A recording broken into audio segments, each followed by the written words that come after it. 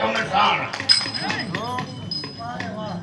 જે જેને કષ્ટી તો પડી છે પણ માફ કરજો, કારણ કે અમારી ઝોપડીએ જેટલા અંશો વધાર્યા એટલો આનંદ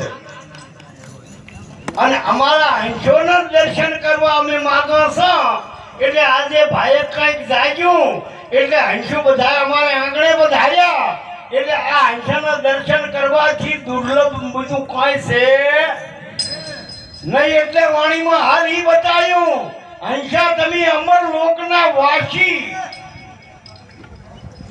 પોતે પોતાને સમજી ના શક્યા તો સુનમાં છુરતા નાશી ગોતવા ગયા પણ ના મળ્યા અવિનાશી.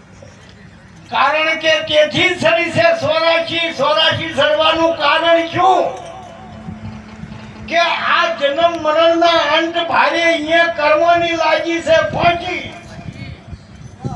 અને આ કર્મ દ્વારાથી જ આપણે મનુષ્ય બની મનુષ્યના ગુણ લેશે તો નક્કી અવિનાશી સને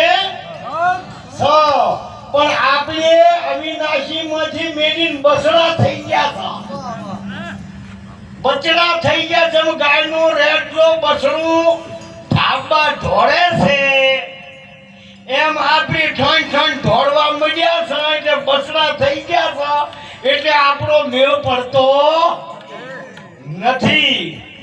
દર્પણમાં પેલી ચકલી બેઠી બેઠી દર્પણને સાસુ સોરી કરે કે આ બીજા ક્યાં છે આયા. એમ આપણે એટલે વાણીમાં કીધું છે પોતે પોતાને સમજી ના સચા તેથી સરીજી સોરાય છે. આપણે આપણને જો સમજી જ અને આપણા માવતરની જો સેવામાં લાગી જ જાગતા જીવતો હોય એને મળ્યા ચેડ તો કોઈ છે નહીં. ભલે બધા કહેતા કારે પૂર્વ ખ્યાલ ગોગા ખ્યાલ હોગા ખ્યાલ આ વાત જૂઠી છે પણ જેની કલ્પના અને જેની આશા તો વાશા શુદ્ધતા તો મુકમ જે તમે જાતા શુદ્ધતા ધરો એમ જઈને પરોહી છો. કોઈ બીજું ગોતવાનું છે નહીં. જો સમજાઈ જાય પણ ભૂલ ક્યાં પડી છે કે અભણ ભૂલ્યા ગર્વ ને ભણવું છે. ગર્વ એ શંકરના ટંકોરા વતાડ્યા તો આપણે એને પકડી લીધા.